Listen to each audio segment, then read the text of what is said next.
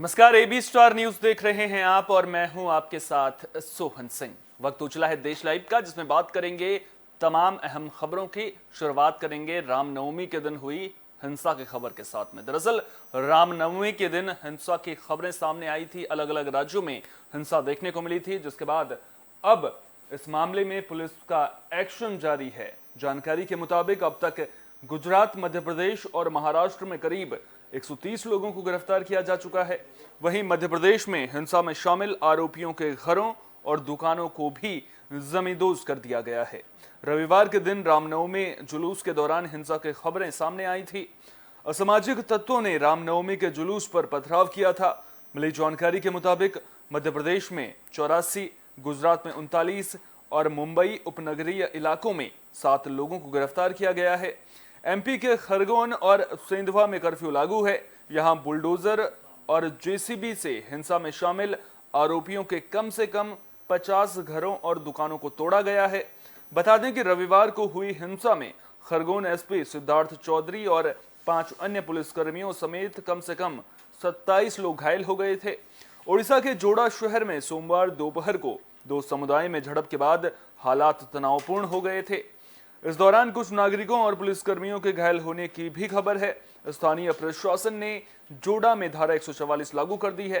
मिली जानकारी के मुताबिक स्थानीय लोगों के विरोध के चलते राम झंडा लेकर चल रहे जुलूस को आजाद बस्ती के जरिए जोड़ा से कैलाश नगर तक जाने की इजाजत नहीं मिली थी, जिस पर यह विवाद शुरू हो गया था।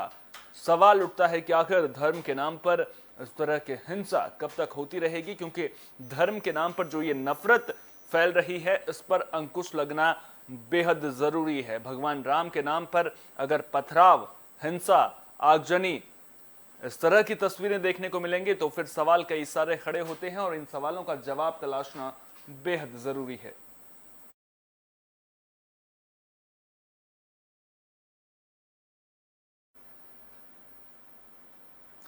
दिल्ली एनसीआर में कोरोना फिर से पांव पसारने लगा है। 2 स्कूलों में 21 मामले सामने आए हैं, जिसके बाद प्रशासन में भी हड़कंप मच गया है।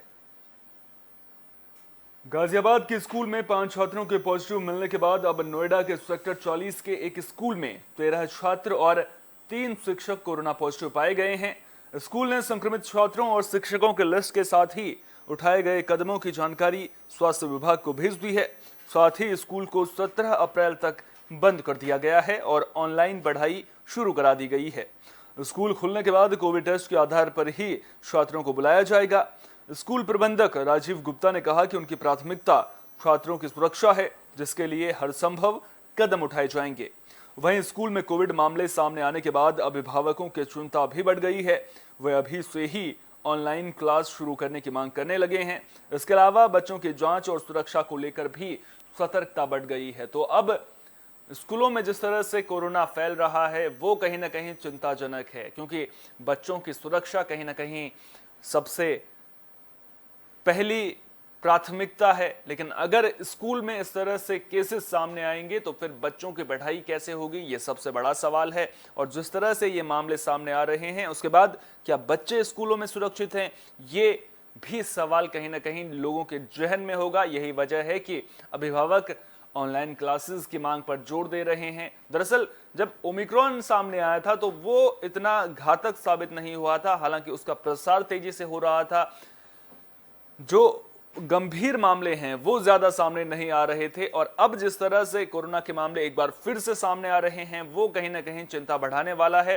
हालांकि देखना दिलचस्प होगा कि कहीं एक्सी वेरिएंट के केसेस तो सामने नहीं आ रहे हैं। ये सब कुछ जांच के बाद ही पता चल पाएगा। देखना दिलचस्प होगा कि अब स्कूलों में कोरोना गाइडलाइन को लेकर के जो एहतियात हैं वो और कितने कड़े किए जाते हैं और बच्चों की सुरक्षा को लेकर और क्या कुछ जरूरी कदम उठाए जाते हैं।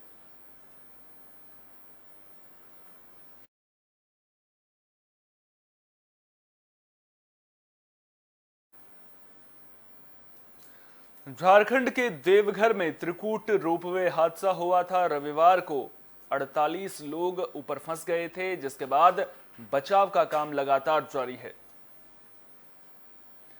झारखंड के देवघर स्थित त्रिकूट रोपवे हादसे में बचाव का काम लगातार जारी है। पुलिस से मिली जानकारी के मुताबिक अब तक 37 लोगों को बचा लिया गया है। वहीं अब 10 लोग 3 केबल कार में फंसे हुए हैं।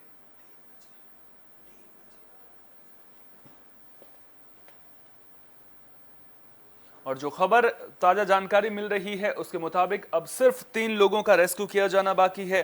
तो लगातार जो रेस्क्यू ऑपरेशन है उसमें तेजी देखने को मिल रही है। लगातार रेस्क्यू ऑपरेशन जोर पकड़ रहा है। राज्य के मुख्यमंत्री हेमंत सोरेन ने घटना की उच्च स्तरीय जांच के आदेश दिए हैं। बचाव के काम में भारतीय सेना, एनडीआरएफ, आईटीबीपी और स्थानीय पुलिस जुटी हुई है। पहाड़ी पर फंसे लोगों को निकालने के लिए भारतीय सेना के एक MI-17 और एक MI-17V5 की मदद ली जा रही है। वहीं अब तक बचाए गए लोगों को अस्पताल में भर्ती कराया गया है। जानकारी के मुताबिक लंबे वक्त तक ऊंचाई पर फंसे रहने के कारण कई लोग बीमार हो चुके हैं। झारखंड पर्यटन विभाग के मुताबिक ये भारत का सबसे ऊंचा वर्टिकल रोपवे है। बता दें कि रविवार को बैद्यनाथ मंदिर के पास त्रिकूट पहाड़ी पर रोपवे हादसा हो गया था। इस घटना में 2 लोगों की मौत हो गई थी, लेकिन सवाल उठता है कि आखिर इतना बड़ा हादसा कैसे हो गया। रिपोर्ट्स की माने तो देवघर रोपवे चलाने वाली एजेंसी को central institute of mining and fuel research में मेंटेनेंस के संबंध में हर साल सर्टिफिकेट हासिल करना पड़ता है। एजेंसी को मेंटेनेंस से जुड़ी लॉगबुक में भी हर रोज जानकारी दाखिल करना जरूरी है।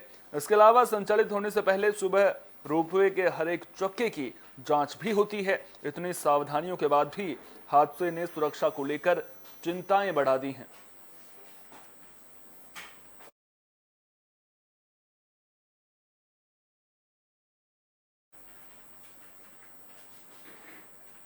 बुलेटिन में अब बात हिमाचल में आम आदमी पार्टी की खस्ता हालत की भी कर लेते हैं। दरअसल आम आदमी पार्टी के जो हिमाचल में नेता थे उनका बीजेपी में जाने का सिलसिला लगातार जारी है। और अब इस तरह के लगातार मामले सामने आने के बाद, लगातार हिमाचल से आप नेताओं के बीजेपी में शामिल होने के बाद आम आदमी पार्टी ने बड़ा फैसला लिया है। पार्टी ने हिमाचल में अपनी राज्य कार्यकारिणी को भंग कर दिया है। पार्टी के प्रदेश चुनाव प्रभारी और दिल्ली के स्वास्थ्य मंत्री सत्येंद्र जैन ने यह घोषणा की। सत्येंद्र जैन ने ट्वीट किया, हिमाचल प्रदेश की आम आदमी पार्टी की राज्य कार्य समिति भंग कर दी गई है। नई प्रदेश कार्य समिति का पुनर्गठन किया जाएगा। इसे लेकर पार्टी ने प्रेस नोट भी जारी कर दिया है। पार्टी ने जानकारी दी कि विधानसभाओं की इकाइयां पहले की तरह ही काम करती रहेंगी। बता दें कि 3 दिन पहले ही आम आदमी पार्टी के प्रदेश अध्यक्ष रहे अनूप केसरी पार्टी संगठन सचिव के साथ बीजेपी में शामिल हो गए थे। बीजेपी के राष्ट्रीय अध्यक्ष जेपी नड्डा के दौरे से कुछ घंटे पहले ही ये बड़ा फेरबदल हुआ था। वहीं आपकी महिला मोर्चा प्रमुख ममता ठाकुर ने भी 5 अन्य पदाधिकारियों के साथ दिल्ली में बीजेपी ज्वाइन की। अन्य लोगों की बात करें तो उनमें सोनिया बिंदल, संगीता डीके शर्मा और आशीष कुमार का नाम शामिल है। केंद्रीय मंत्री अनुराग ठाकुर ने दावा किया है कि आपके और नेता भी जल्द बीजेपी ज्वाइन कर सकते हैं।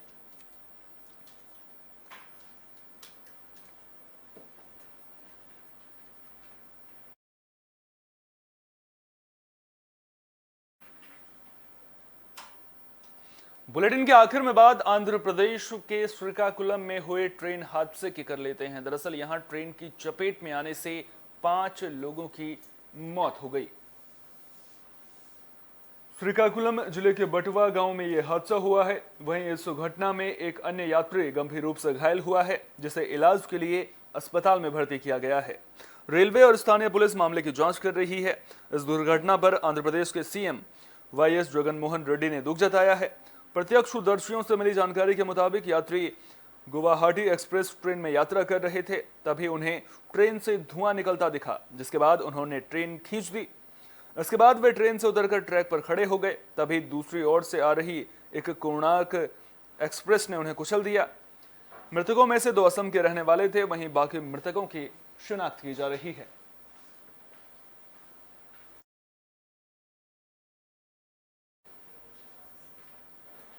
देश लाइव में फिलहाल के लिए इतना ही। देश दुनिया की तमाम अहम खबरों के लिए आप बने रहिए AB स्टार न्यूज के साथ, क्योंकि यहां पर खबरों का सिलसिला कभी नहीं थमता।